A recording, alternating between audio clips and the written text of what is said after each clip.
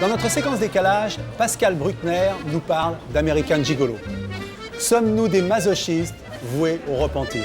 Voilà une question que l'on peut se poser après avoir lu La tyrannie de la pénitence, le dernier ouvrage de Pascal Bruckner aux éditions Grasset, dans lequel il s'interroge sur la fascination morbide des Européens pour le repentir. Déjà, dans un roman précédent, L'amour du prochain, l'histoire d'un gigolo bon père de famille, Pascal Bruckner offrait aux caprices amoureux de son héros une sorte de repentir spirituel. Dans American Gigolo, le film de Paul Schrader avec Richard Gere et Lorraine Newton, qui sort en vidéo chez Paramount Home Entertainment, le héros connaîtra une autre forme de repentir, l'amour. À sa sortie en 1981, le film heurte la bonne conscience américaine. Il est fraîchement accueilli, mais donnera à Richard Gere un statut de sex symbole auquel il aura beaucoup de mal à échapper. Hollywood offre peu de repentir à ses héros. Dans les années 70, tout le monde couchait avec tout le monde, hommes, femmes, jeunes, vieux, parce qu'on pensait que c'était le langage naturel d'un corps enfin débarrassé des tabous de la bourgeoisie, du christianisme, tout ce qu'on peut dire là-dessus, tout ce qu'on disait à l'époque, qui était un peu naïf. Et Richard Gere incarne un peu cet optimisme historique. American Gigolo, un film dont tout le monde se souvient, en 1980, de Paul Schrader, avec dans le rôle principal Richard Gere. C'est une sorte d'autodidacte, à la fois de l'élégance, de la démarche. C'est ce qui d'ailleurs va faire un peu la marque de fabrique de Richard Gere. Sa façon de marcher, une façon sportive, décontractée, d'un homme qui est sûr de lui, à qui le monde appartient. Salut les filles. Comment? Tu n'es pas allé à Rio pour le week-end? T'occupe pas d'elle, elles sont Moi, jalouses. je m'en occupe pas. Donc il y a la volonté d'obtenir un statut de respectabilité à cette profession qui est évidemment mal considérée dans toutes les sociétés occidentales et même ailleurs. Cette femme n'avait pas eu d'orgasme depuis peut-être 10 ans. Quand ça a été fini, j'ai eu le sentiment d'avoir fait quelque chose qui en valait la peine. Le gigolo, il le dit, et c'est celui qui va aider des femmes abandonnées, en général riches, à retrouver le sens du plaisir, le sens de l'attention. Pourquoi couches-tu avec des femmes âgées? Je préfère les femmes âgées. Vous n'êtes qu'un maquereau. Si vous ne voulez pas être à la recherche d'une nouvelle clientèle, ne revoyez plus ma femme. Convoqué à Palm Springs par un mari désireux de lui faire voir, enfin de le voir faire l'amour à sa femme. Et en réalité, il tombe sur un sadique et on sent qu'il a été pris dans une embûche, dans une embuscade.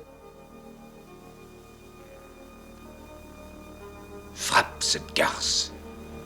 Puisque ensuite, cette femme est retrouvée morte, battue, torturée, et qu'on va lui mettre le crime sur le dos. Vous oubliez Léon Chen, le nègre qui m'a envoyé Il a chez parlé de vous Reimann. en termes très flatteurs. Il a dit que vous étiez un exécutant de grande classe.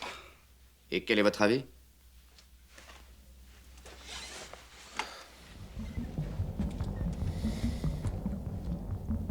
Je crois que vous êtes l'assassin. Tous ses clientes lui tournent le dos pour des raisons de respectabilité sociale, et celle qui devait lui fournir son alibi avec laquelle il avait passé la nuit refuse de témoigner devant la police. Je lui ai dit la vérité. Lisa, tu ne leur as pas dit la vérité. J'étais ici avec toi jusqu'à minuit passé. Mais non, c'est faux.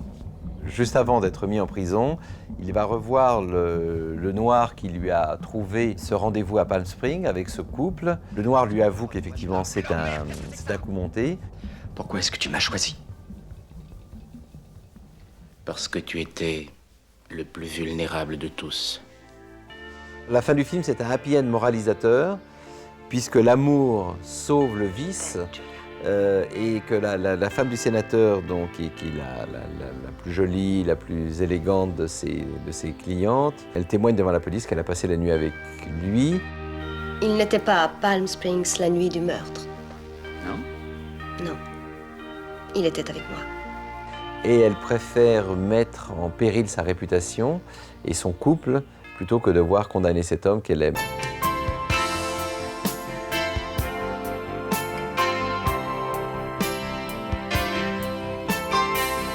Dans L'amour du prochain, j'ai choisi un personnage qui décide de s'adonner à la prostitution par goût. C'est un exalté, c'est un militant de la prostitution volontaire il pense que véritablement il rend service aux autres.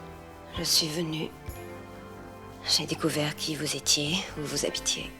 Je suis venue au milieu de la nuit. Je vous laisse savoir l'effet que ça me ferait de vous baiser.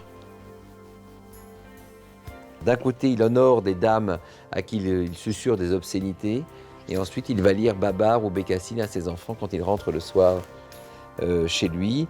Les prostituées, hommes ou femmes, permettent quand même à un certain nombre de gens de sortir de la solitude, de la misère, et je pense qu'on aurait plutôt intérêt à légiférer sur ce statut plutôt qu'à maintenir ce métier dans une sorte de flou qui permet à la fois de réprimer les prostituées et à l'État aussi de les taxer et donc d'agir comme le plus grand proxénète de la société.